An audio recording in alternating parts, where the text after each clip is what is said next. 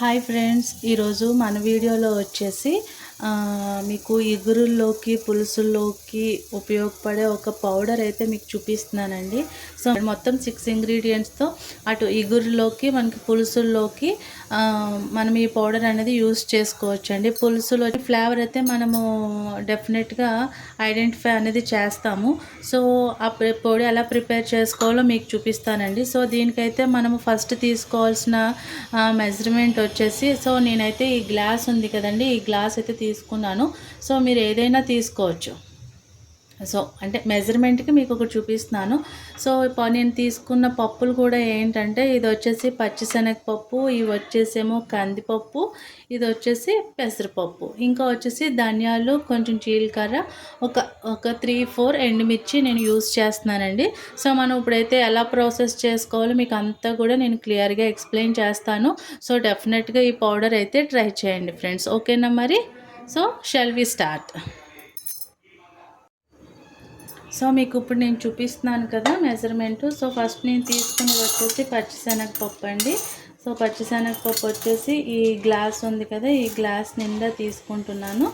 So చూడండి, నిండుగా తీసుకోండి ఇలా. సో ఫస్ట్ పచ్చిశనగపప్పు వేసేసుకుంటున్నాను. నెక్స్ట్ వచ్చేసి ఇదిగోండి పెసరపప్పు. సో సాయి పెసరపప్పు అండి. సో పెసరపప్పు కూడా రెగ్యులర్గా యూస్ చేస్తే బాడీలో హీట్ అనేది రెడ్యూస్ అవుతుందంట ఫ్రెండ్స్. సో దాని ప్రకారం వీక్లీ ఒక 3-4 టైమ్స్ అన్న పెసరపప్పుతో ఏదైనా ఐటమ్ కానీ, లేకపోతే ఇలా పౌడర్స్ చేసుకొని మనము ఫుడ్లోకి యూస్ చేసుకున్న కర్రీస్లోకి, సో అలా ఎలా చేసుకున్నా కూడా ట్రై చేయండి. ఇది లాస్ట్ది వచ్చేసి కందిపప్పు అండి.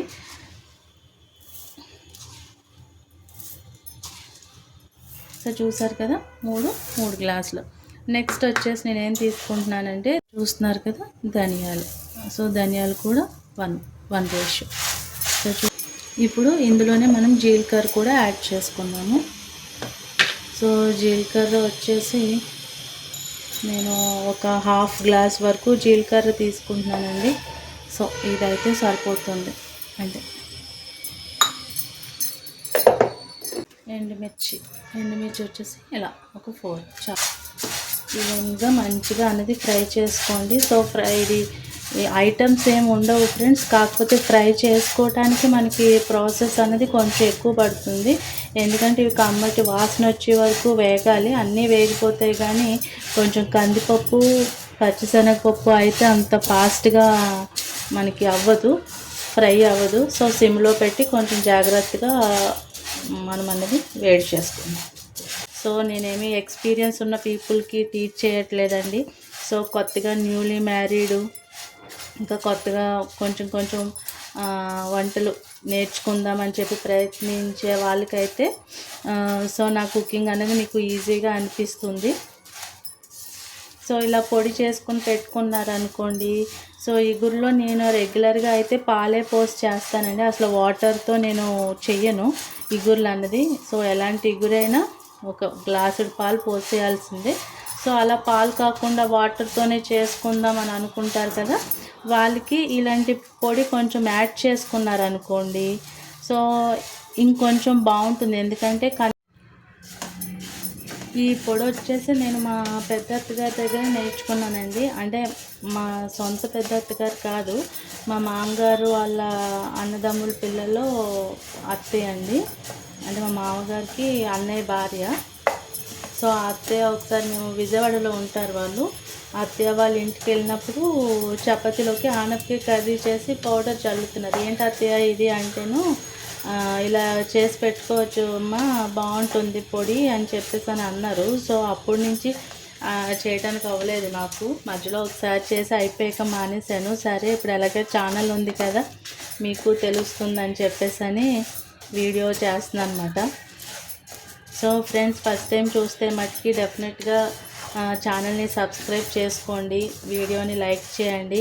సో ఇప్పుడు నేను వచ్చేసి మ్యాక్సిమం అయితే వేగిపోయిందండి. ఒక్క 2-3 మినిట్స్ వేయించేసేసి మనం కట్టేసుకుందాము. సో ఇలాంటి పొడులు ఎప్పుడు చేసుకున్నా కూడా కొంచెము బాగా చల్లారనివ్వాలి. నులెచ్చన ఉన్నప్పుడే మనం పొడి చేసుకుంటే బాగుంటుంది. అదొకటి. ఇది అయిపోయిన తర్వాత వేరే గిన్నెలోకి అనేది ట్రాన్స్ఫర్ చేయొద్దండి. ఇందులోనే ఉంచితే బాగా గుల్లొస్తుంది.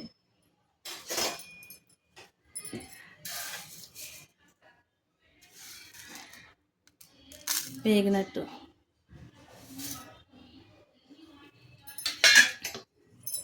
సో ఇప్పుడైతే నేను కట్టేస్తున్నానండి స్టవ్.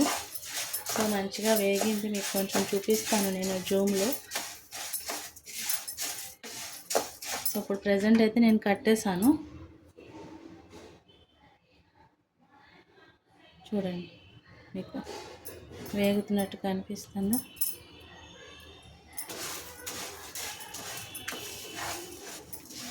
సో అలా మటన్ ఈ పొడి కర్రీలో ఎప్పుడు వేయాలంటే ఫ్రెండ్స్, ఇంకా కర్రీ మనం ఒక 5 మినిట్స్లో కట్టేస్తాము, దగ్గరికి వచ్చేస్తుంది అన్నప్పుడు ఈ పొడి కూరకు సరిపడా వేసుకుని మనం దగ్గరికంట కదుపుకొని ఊరికే ఒక 1 మినిట్ ఉడికించుకొని కట్టేసుకుంటే ఫ్రెండ్స్, ఆ వేడికి ఈ పొడిలో ఉన్న ఈ మొత్తం అన్నిటికి కలిపి కర్రీ అనేది దగ్గరికి వచ్చేస్తుంది. సేమ్ అలాగే పులుసుల్లో కూడా లాస్ట్లో వేసుకుని 2 ఉడుకులు ఉడికాక దించేసుకుంటే ఫ్రెండ్స్ బాగుంటుంది. ఇప్పుడు ఈ ఎయిర్ డబ్బాలో మనం ఈ పొడి అంతా కూడా నేను వేసేస్తానండి. సో కొంచెం గోరువెచ్చగా ఉంటుంది కదా పొడి. సో కొంచెం చల్లరేక అనేది మూత పెట్టుకోండి. మంచిగా అయితే స్మెల్ వస్తుంది ఫ్రెండ్స్. డెఫినెట్గా ట్రై. చూస్తున్నారు కదా.